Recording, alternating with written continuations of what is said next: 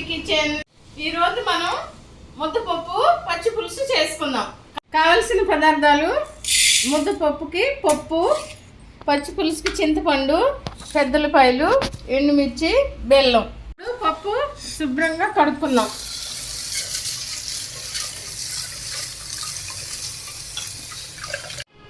ఇప్పుడు మనం పప్పు కుక్కర్లో పెట్టుకున్నాం. ఇప్పుడు పచ్చి పులుసుకి ఎండుమిరపకాయలు కాల్చుకుందాం.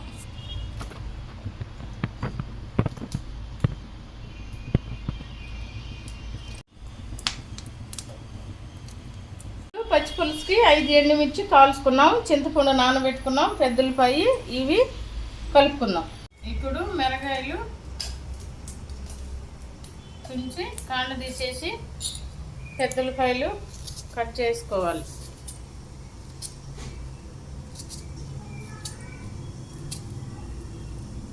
ఇప్పుడు ఉప్పు వేసుకోవాలి. ఉప్పు వేసుకుని ఉల్లిపాయలు, మిరగాయలు, ఉప్పు ఇట్లా పిసుకాలి. ఇలా పిసుకోవాలి అన్నీ. ఇప్పుడు చింతపండు పిసుకోవాలి. పులుసు తీసుకొని ఇందులో పోసుకోవాలి.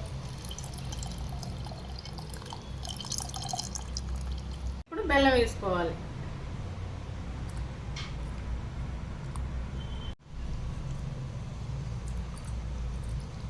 ఇప్పుడు మనం బెల్లం, ఉప్పు, కారం అన్నీ సరిపోయినాయా లేదా అని టేస్ట్ చేయాలి. అన్నీ పర్ఫెక్ట్గా కుదిరింది. ఎంతో రుచికరమైన పచ్చి పులుసు రెడీ. ఇప్పుడు పప్పు ఉడకబెట్టుకున్నాము. ఇప్పుడు కొంచెం సాల్ట్ వేసుకుని పప్పు రుబ్బుకుందాం.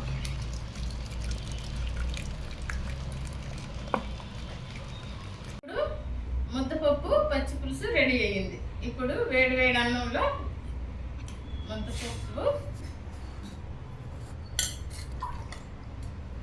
పచ్చి పులుసు వేసుకుని